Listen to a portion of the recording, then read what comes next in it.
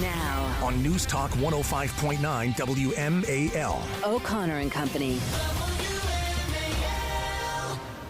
It is 5:06 on this Thursday morning, and the Los Angeles Dodgers had the second best record in the National League, charging into the playoffs, hoping to win the World Series, and then they decided to honor a satanic nun cult who mocked Christianity and celebrated every kind of sexual perversion.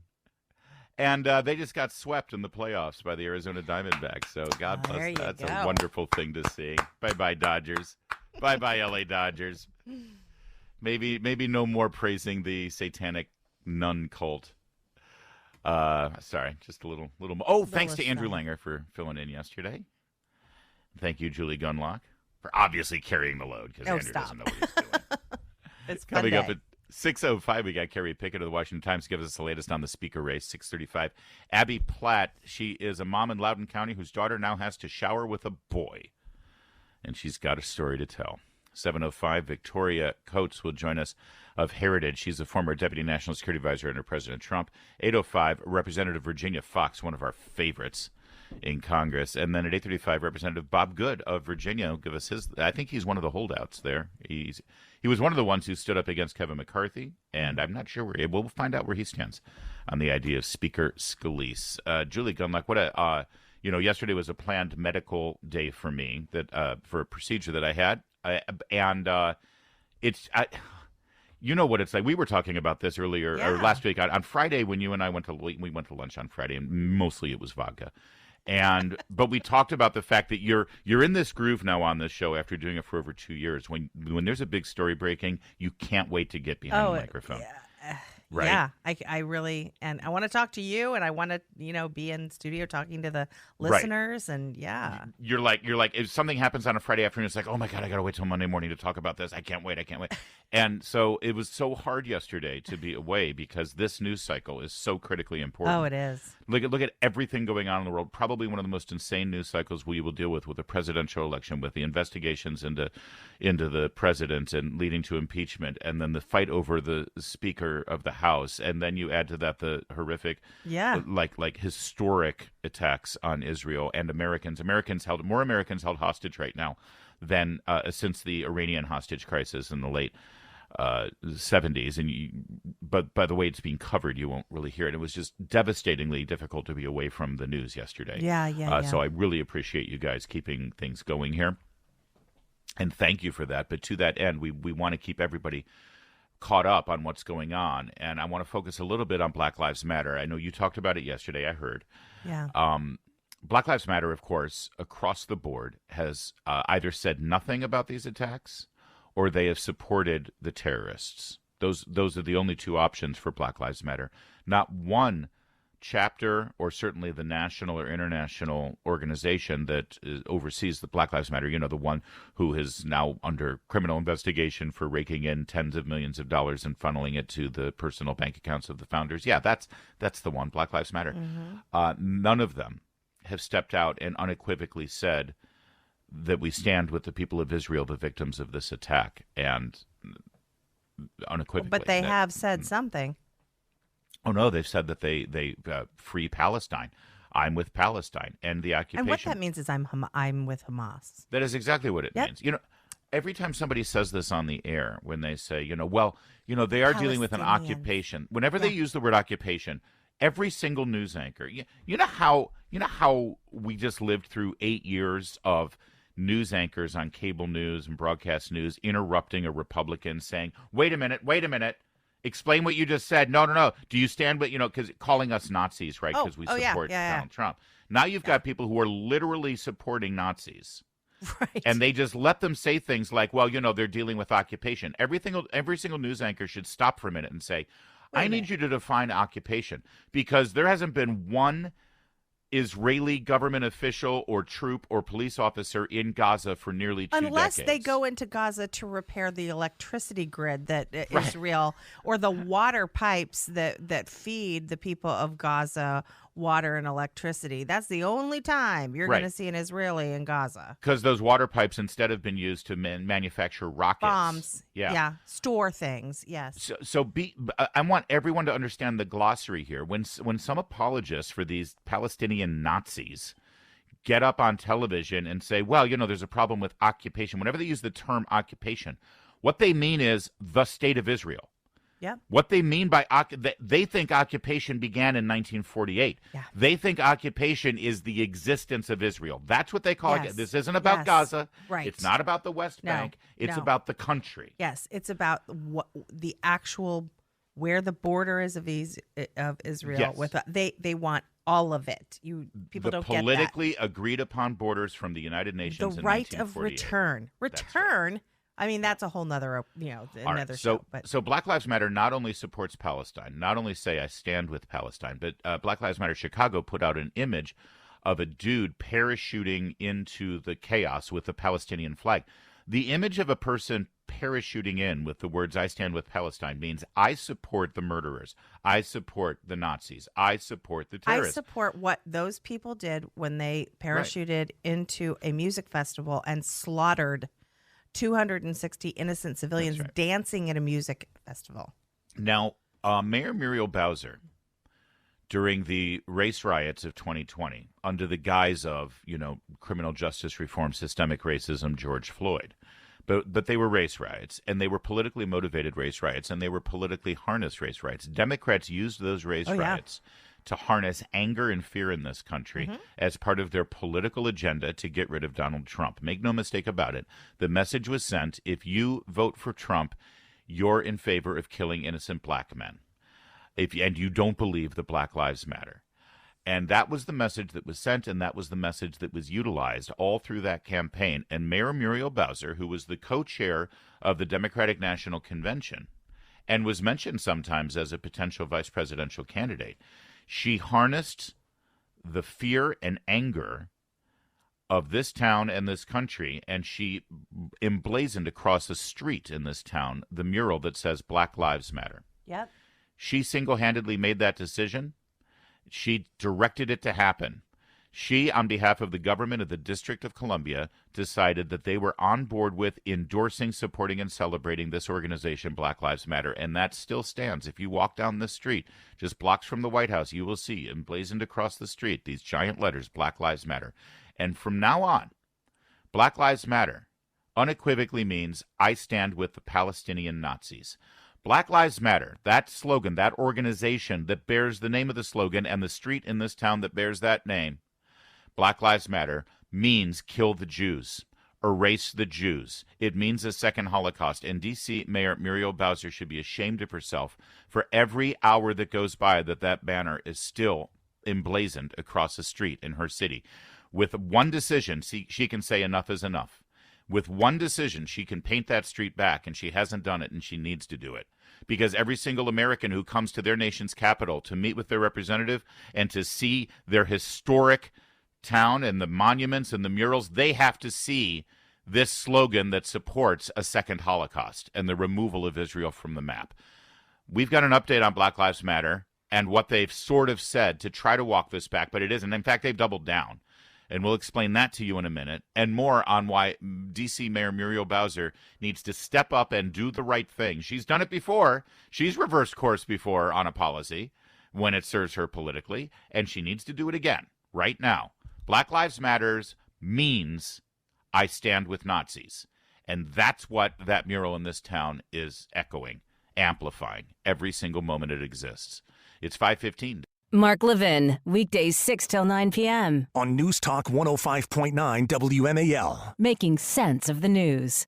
The other thing I'll say is Palestine is our generation South Africa. And if we don't step up boldly and courageously to end the imperialist project that's called Israel, we're doomed.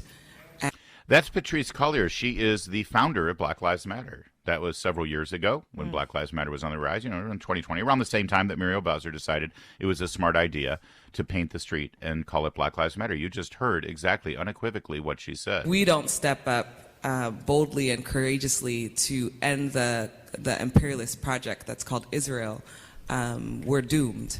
End Israel. End Israel. And think of all of the CEOs. Think of all the Democrats. Think of all the individuals who have supported Black Lives Matter. Continue to give to them. Muriel Bowser, repaint that street. Not too late. Not too late. We've seen you reverse course on political positions before. You've been on the right side, not because it's in your heart. I don't know what's in your heart, but I do know what works politically for you. And right now, this ain't working politically for you. I'd love to hear what Phil Mendelson, the chairman of the district council, thinks about that Good Black Lives question. Matter painting, and other Democrats in Washington, D.C. Meanwhile, Black Lives Matter did put out a statement after they put out that horrific image. They said this: yesterday we sent out messages that we aren't proud of. Why, say which ones. By the way, it's still up there, I think, isn't it? Yeah. Yeah. Say which ones you aren't proud of. Yesterday we sent out messages that we aren't proud of.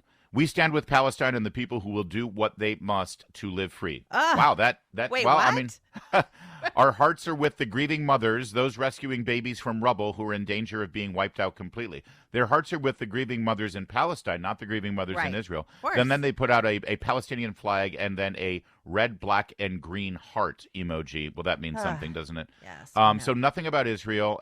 So the only thing they said is we're not proud of that. So they might not be proud of it because it wasn't vivid enough. They wanted to put out the one that actually showed blood on the hands of the paratrooper Right. as they were coming down to murder innocent Jews. Black Lives Matter is a trash organization. I guess this makes sense, though, because if you think about it, the way that they gained money, influence, and power in this country, Julie, is through the same tactics. It was terrorism. Yes. I mean, Yes, terrorism by a absolutely. different name. But, I mean, if you limit your terrorist activities to riots and arson and looting and defacing property, but you don't go so far as to take a machine gun and murder innocent civilians, it's still terrorism. It's just, not as advanced. Well, you know what I find so reassuring, Larry, is that the Department of Justice assuredly, I mean, I'm sure they've opened an office to investigate this, the same office where they investigate Catholic fathers and parents speaking at school boards. But that is another thing. Maybe it is time that BLM be designated a terrorist organization. If they support Hamas, who has chopped off the heads of babies and burned people alive, maybe it's time that American associated organizations be listed as terrorist organizations. Yeah. They use the same tactics. We saw that in 2020. That's right. It's funny you should say that because there is an organization in this country that just trips over themselves to designate conservative groups as terrorist organizations. Yes. That would be our favorite pals over there at the Southern Poverty Law Center. Well, our friends over at the Federalist, actually, they rung up the Southern Poverty Law Center, and they asked them, hey, look at all this stuff that Black Lives Matter is doing. Look at all the things that Black Lives Matter is saying. They're clearly on the side of the murderers, the terrorists, the Nazis, the racists, the rapists. anti-Semites. Yeah, so the rapists. So do you have anything to say about this? In a moment, we're going to tell you exactly what the Southern Poverty Law Center said about Black Lives Matter and whether they should be designated. But we bet you a can hate guess. group. You can probably guess, but we'll give you the details in a moment. It's 5:21. And the delightful people at the Southern Poverty Law Center, but they make a ton of money on donations because they tell people that they're the ones who were fighting the Nazis and the Klan. And when SPLC began, they may have had some noble roots going after the Klan, people who were against the civil rights movement of the 60s, the Voting Rights Act, Democrats. Now very different. The SPLC, of course, this year made headlines because they designated Moms for Liberty as a hate group. And they have gone after, listen to this, the Heritage Foundation, the Catholic Medical Association, Alliance Defending Freedom, Focus on the Family Research Council, Ethics and Religious Liberty Commission, Liberty Council, and the Homeschool Legal Defense Association, all been designated. Absurd. Now, as hate meanwhile, groups. you mentioned they get money from donations. These are payoffs. These CEOs get so scared. I mean, HSLDA and Heritage Foundation and Yep. PD. I think PDE is another organization that's been on their list. It's just one big yawn. We're not. Right. We're not. We don't bat an eye. Oh, yeah, at But- this point. But I mean, Starbucks, And, if they're considered a hate group, or an organization that supports it, they'd freak out. So they pay off, please don't hate us. Please don't list us. It's not donations. And they call most of those groups, by the way, far-right anti-Semitic organizations. Right. Anti-Semitic. Okay, so Black Lives Matter. Clearly on the side of the Nazis. Clearly on the side of the terrorists. Clearly on the side... You just heard, I just played you the audio of the founder of Black Lives Matter saying it's time to eliminate Israel, right? Kind of anti-Semitic. Because if you eliminate Israel, there's going to be a lot of Jews killed, murdered. We've seen it. We just saw it. So Southern Poverty Law Center was asked by Jordan Boyd at the Federalist, do you have any comment on Black Lives Matter? Are you going to designate them as a hate group amongst the 1,200 hate groups you've designated? Southern Poverty Law Center's reaction was, we have no comment at this time. Yeah, it's typical. We have nothing to say. It's just so maddening.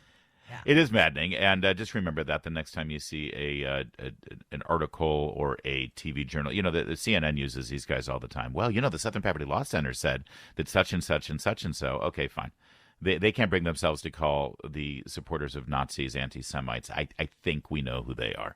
We know exactly who they are. It's 529. WMAL-FM, Woodbridge, Washington, a Cumulus media station.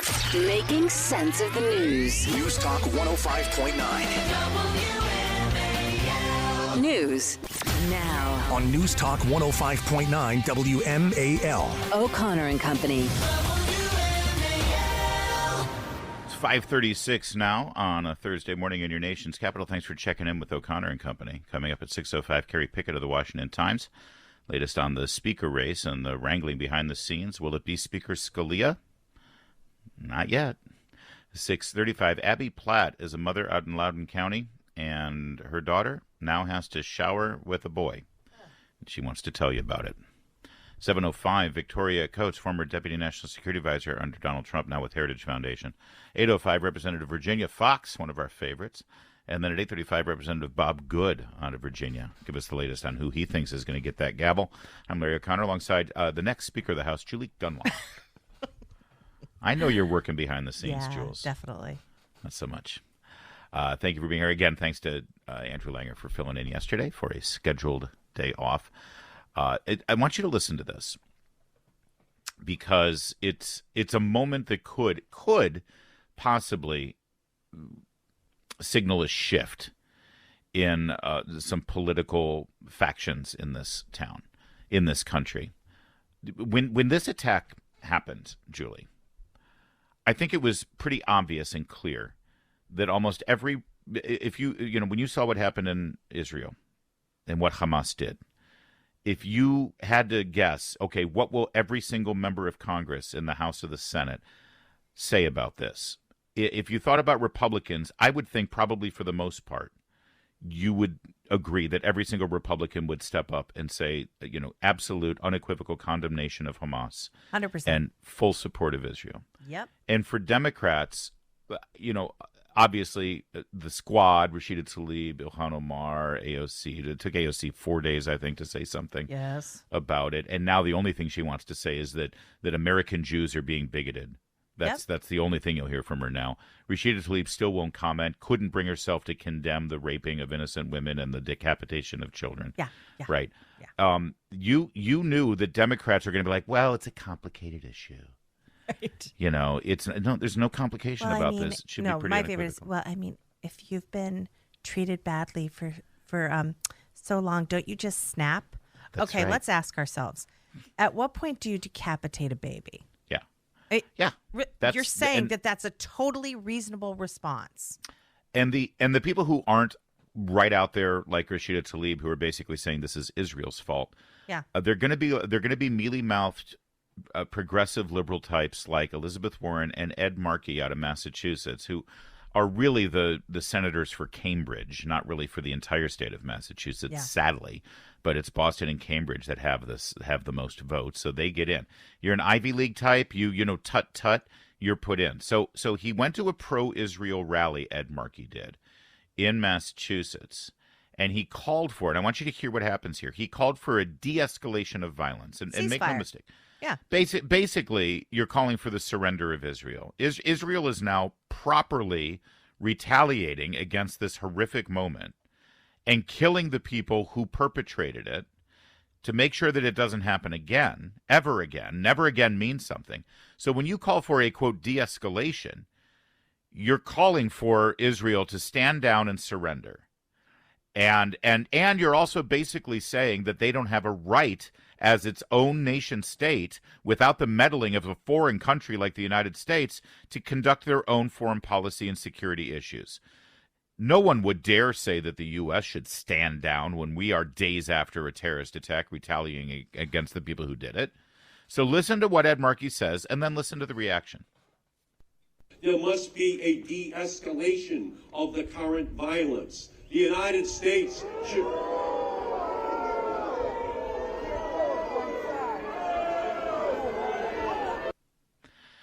Now, we're going to play this again because I think it is a remarkable moment, and we'll put the video out on social media. I've already put it out on my Larry O'Connor X posting at the former Twitter, because have you seen the look on his face when this happens, and the look on Elizabeth Warren's face? They are so shocked. We're not in Kansas anymore. Yeah, they're like, "Hey, we're the smart guys here. Wait, We're the guys, ones. We're used to telling. We're lecturers. We're always on the right side of this issue." What happened? And they are so stunned that the people, human beings, regular voters, regular human beings who are looking at this and realizing the morality, who don't have a moral compass that has been broken by getting an advanced degree at an Ivy League college, would dare to stand up and say, no de-escalation. Listen again and just imagine him looking up with just absolute stunned disbelief on his face.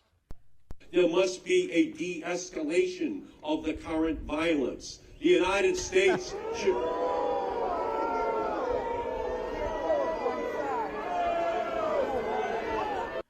It's this could be a moment. This could be a moment where, listen, one of two things will happen. Democrats will understand and turn away from all of the anti-Israel lobbying money that they get on a regular basis, and actually stand up for what's right, and not call for the de-escalation of violence, or the voters will move on.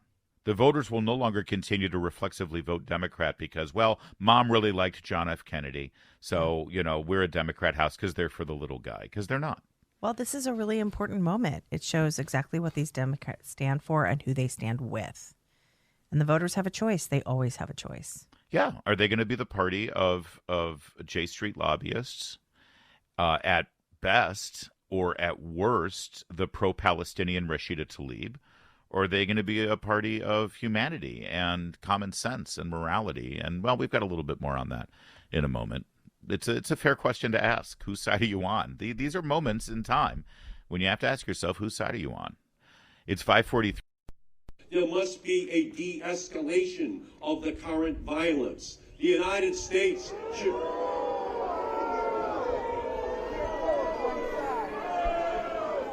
Yeah, it's a bit of a time for choosing, as we like to say, as Ronald Reagan famously said in 1964. A time for choosing. And Democrat voters, I expect nothing from elected officials. They're going to be who they're going to be. I mean, Anthony Blinken, the Secretary of State, almost immediately after these events called for a de-escalation. They asked, he put out a tweet saying that he was asking Turkey to intervene with Israel to try to get Israel to stand down. Unbelievable. And de-escalate. He then deleted that tweet, but now here's the latest from Reuters. Oh, no, excuse me, from Financial Times. Anthony Blinken to visit Israel in effort to prevent escalation of Hamas war. Our entire position now is to try to intervene and stop Israel. Yep. Where was our position? This is from an administration who funded Hamas. Yeah. Trump didn't fund Hamas. Trump got into the White House. They have not refrozen that $6 billion. That's right. They have not reasserted any sanctions on their oil. But even beyond, why isn't Blinken going to China and saying stop buying Iranian oil? Yeah. What about that? It's a great point. But even beyond the Iranian money, we funded Hamas directly. I know. We gave U.S. tax dollars directly to Hamas, Yes, you know, we for did. hospitals and for baby formula. Meanwhile, we can't get baby formula on our own shelves, but that's a whole other it's story. a whole other issue, yeah. So it's a time for choosing. It's a time for people to stand up, for voters to stand up and decide whether they're on the side of de-escalation and equivocation, moral equivocation. Is well, you know, there's blame on both sides. And frankly, it'll be interesting to see how Jewish voters in this country, we know that an awful lot of Jewish voters in this country vote Democrat. It is time for them to choose as well. Yeah. Are you on the side of the de-escalation? Or are you on the side of Rashida Tlaib, who still has a Palestinian flag outside of And her who office? can't just turn around to a reporter and say, Yep. I do not condone what they did. I want to just really quickly read what Senator Markey said about Ukraine. Just Oh yeah, okay? yeah. 'Cause Oh sure, because he's Mr. He's Mr. De-escalation. Hey, let's find a diplomatic solution. Oh well, Let's I'm do it. sure that he's Right? consistent on his position on Ukraine. Then, He right? says, my heart is with, this was a statement he put out. My heart is with the people of Ukraine as they endure a savage and illegal violation of Ukraine's sovereignty by Putin's Russia. No country is allowed to draw new borders and use that as a pretext for an invasion. This is an unjustified incursion by Russia, spurred by adventurism on the part of Putin. We must continue to provide unwavering support for Ukraine and our NATO allies in Europe. And what is missing from this statement is let's de-escalate. Okay, Yeah. Ukraine, why don't you just give up a border or two and we'll de-escalate and Right. everything's fine. No. That is full in. That is hawkish Ed Markey. Wow, that's amazing. So there's no call for a de-escalation of the violence in Ukraine or Russia. In fact, I've been around for the last couple of years. Anytime anybody calls for maybe peace talks, maybe some sort of truce, maybe a ceasefire in Ukraine, you're on Putin's side. You're on the side of the You're a enemy. Nazi. You're a Nazi. Yeah, you're. Although there's some gray area there as to who the Nazis are in Ukraine, since literal Nazis were fighting the Soviets back in the day from Ukraine. But that's all right. That's another story. It's complicated. Yeah. So he stood unequivocally with the people of Ukraine against and what did he say there? Nobody can redraw borders Yeah. for a country with violence. And let's remind everybody, what did he just say about Israel? As Hamas parachutes in, slaughters people on Israeli territory, and demands an end of occupation, which means redrawing the borders of Israel. What did he have to say about that? Yeah. There must be a de-escalation of the current violence. The United States should... That's amazing. So, I mean, Julie, help me out with this. I mean, in this final minute here that we have to talk about this, because I'm sure Ed Markey, who is a lot smarter than me, God knows, he has an advanced college degree on things like this. He knows more Cambridge. about the geopolitical sphere than I do. He's a senator, after all. There must be some difference between Ukraine and Israel. There must be something, What is because he's that? got a different position from the two. So what could the difference He be? seems very outraged. He used the word savage and a legal violation of Ukraine's sovereignty. Apparently, chopping off babies' heads, raping women, and parading them through the street, burning people alive. Is that savage enough to get Ed Markey upset? Well, if it's not the people perpetrating the violence, maybe it's the victims of the violence. Maybe Is there so, something Larry. different about those Israeli people, the people who were savagely I murdered? think you're onto something.